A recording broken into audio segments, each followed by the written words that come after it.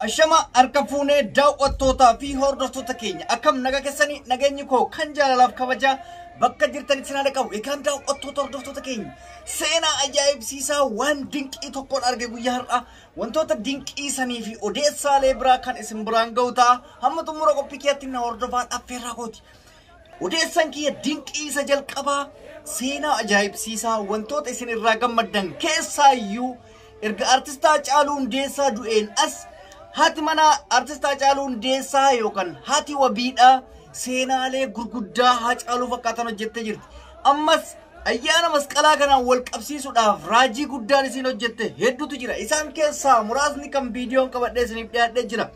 Akkuma beekamutti ayyaana masqalaa irratti artista Haacaaluu Hundeessaa qophiilee adda addaa qopheessuudhaan beekama. Keessaayyuu qophii dhimma gargaarsa daa'immanii fi kanneen birooti.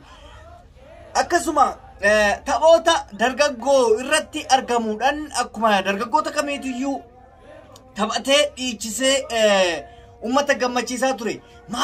Maaltu seenaa haaraa maaltu seenaa Haacaaluu san deebisiisee hojjechiise kan jedhu bira yoo geenne Faantuu Damissee yookaan haati wabiidha akkuma artista Haacaaluu Hundeessaa san dubartiidha jettee osoo of hin tuffatin jajjabinaan gootummaadhaan dhaadannoodhaan onnee guutuudhaan shimala haaceen qabataa turte san qabattee dhiirota wajjin bakka Haacaaluun argame sanitti argamuudhaan ayyaana masqalaa irratti dhiiticha tapha bareedaa isin viidiyoon argitan kana taphattee nu gammachiiftee jirti jechuudha. Maaltu isin gammachiisaa jechuun keessan hin oolu. Kan nu gammachiisu artista Haacaaluu Hundeessaa har'a lubbuudhaan jiree sagantaalee adda addaatti argamuudhaan qophii akka ijoollee baadiyyaatti yookaan akka ijoollee baadiyyaatti guddatteetti taphoota babbareedaa garaagaraa weedduu adda addaa taphachuudhaan beekamaa irreecha irratti qophiilee Oromoo adda addaa irratti fi ayyaana masqalaa fi kanneen kana fakkaatan irratti argama.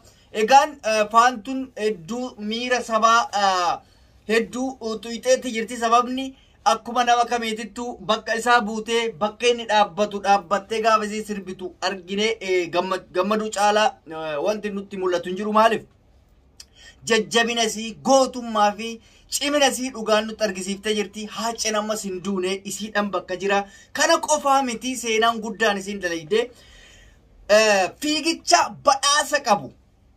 badhaasa qabu sadarkaa guddaatti jechuudha. Amboo irratti kan qophaa'e namoota sadarkaa tokko hanga 3 ba'e badhaasni guddaan kennamu. Kana mootu kaampaasiin Haacaaluu Hundeessaa yookaan immootu dhaabbanni artista Haacaaluu Hundeessaatiin dhaabbate badhaasa kana birrii guddaatti dhangalaasee hojjechaa jira jechuudha. Kana qofaa miti harka qalleeyyii hedduu nyaachisaa jiraachisaa jiran seenaa guddaa hojjetaa jirti. Dhugumatti artista Haacaaluu Hundeessaa uummanni Oromoodha. Seenaa isaa lafaa kaa'uu baatu malee wanta isaa hanga tokko laaffisee jira. Garuu isheen jajjabina dhuunfaa isiitiin gootummaa artista Haacaaluu Hundeessaa irraa dhaalten har'a bakka haacee sanitti argamaa jirti. Hedduu dubartii jabduun nama duuba jiraachuu jechuun isa akkanaa kana. Argite dubartii jabduun gaafa si duuba jirtu kaayyoo kee hanga dhumaatti galmaan ga'uu bira darbitee seenaan kee akka ol kaafamee leellifamu taasiste jechuudha. Kanaaf haati manaasaa seenaa artista Haacaaluu Hundeessaa akka inni daran ka'ee leellifamu gochuu irratti seenaa guddaa hojjette. Osoo dhalaata katakataate inni darbe jettee kaleessa seenaa isaa dagattee jireenya biraa eegalti. Faantuun garuu gootummaa isiitirra har'a miti. Gootummaan isii gaafa inni lubbuun jiru gootummaa isii isatti agarsiifte. Sababni isaa gaafa artista Haacaaluu Hundeessaa lubbuun jiru Amboo irratti hidhamee barattuu taatee wantoota guddaa gochaafii turte. Innis osoo lubbuudhaan jiru isii faarfatee ture.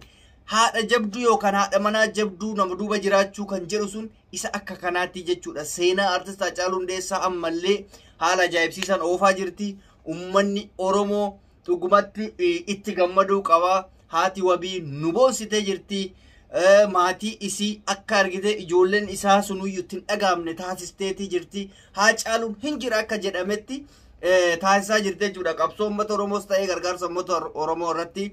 Kanaaf hundaafuyyuu maatii artista Haacaaluu dabalatee uummata Oromoo rabbi jajjabina nuuf haa kennu. Ayyaana masqalaa baga geessanii irreecha irratti illee bifuma kana fakkaatuun gootummaa isiitiin akka argamteetiniin bakka Haacaaluun dhaabbatu san dhaabbattu abdii guddaa qabna. Ganaa hojii gurguddaa hojjechuudhaaf akka deemtus peejii artist Haacaaluu Hundeessaa jalatti maxxansanii jiranii. Dhugumatti siin boonnaa, siin jennaa, siin jaalanna, si kabajnaa. Inni biraa maal inni kanuma wal qabatee xiqqoo dhiyeenya rakkoon guddaan saba Oromoo keessa jira. Rakkoo guddaa kan jedhameen xumuramne keessaayyuu namoonni amma dura waggaa 17 dura rakkoo beelatiif Harargee irraa buqqaanii gara Wallaggatti imalanii turan erga qubataniin booda roorroo cimaa faannoon irratti adeemsifteen gaddi guddaan saba Oromoo kana biratti mul'atee jira. Dhugaa rabbi wallahi onnee nama cabsa.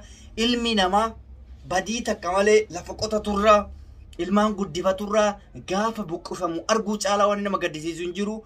Oromoo kana maaltu akka itti murtaa'e ani naaf hin galu. Hireen isaanii kuni roorroo cimaadhaan qe'ee isaanirraa buqqaanii Oromoon gaddaan guutamte haadha Oromoo rasaasaan rafarrafanii jaalatanii hin buqqaane.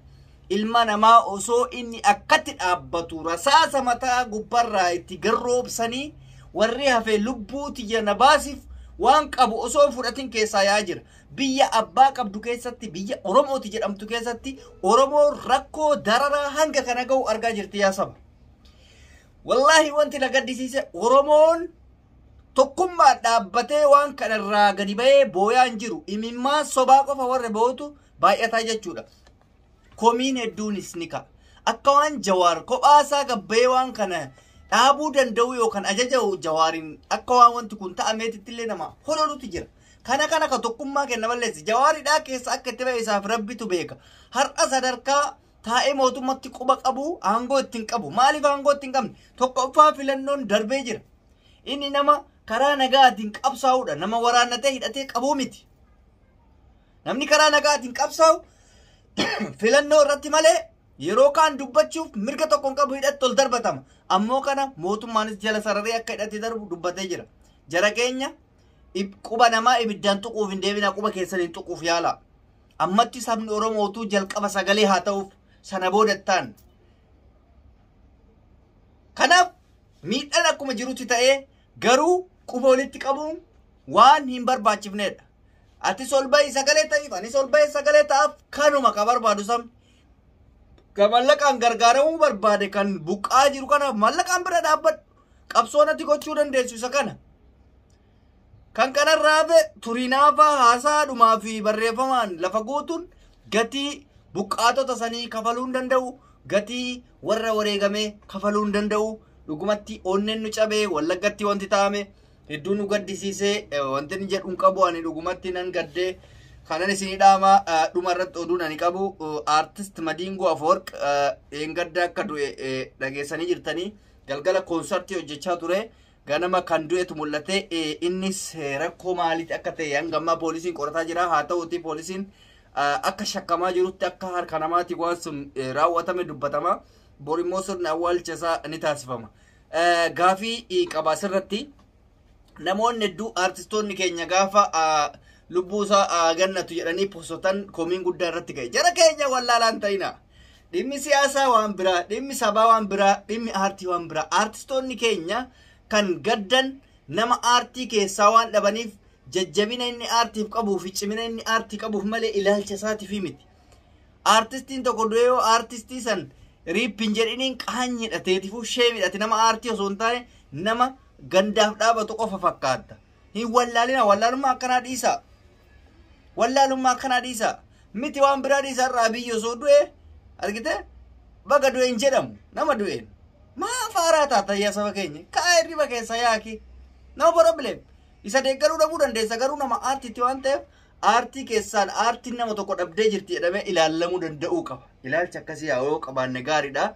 Jibbaa qofaan gaafa guutamne rabbis nun jaallatu namni illee nun jaallatu. Jibbaan osoo hin ta'in siyaasaan oofta. Karaa aartiin oofta. Karaa hundaan oofta. Namichi nama siyaasatti siyaasa ta'uu danda'a. Garuu nama aartiitti aartiin beekama inni siyaasa caalaa. Kan akkasitti hubadhaa nama du'etti unkaan moote alhamdulillahi maal kajee jira. Qaanyii saba keenyan xiqqeessina. Saba keenyan xiqqeessina wanti tokko akkanaatiin ani kanumaan isinii dhaama. Egaan daawwattoota hordoftoota keenya qophiin idilee har'aaf qabu kana fakkaata hankan isin waliin ture Reedii Adamtiif. Namoonni YouTube chaanaalii keenyaaf haaraa taatan subscribe gochuun maatii keenya dabalama. Qophiilee keenya yeroo hunda kan isin biraan geenyu ta'a. Galatooma ulfaadhaa isin jaalladhaa isin kabajaa yaada yookaan komii yoo qabaattan koomentii kaa'adhaan affeerraa kooti turtii gaarii. Assalaamu alaikum warahmatullahi wabarakatuh.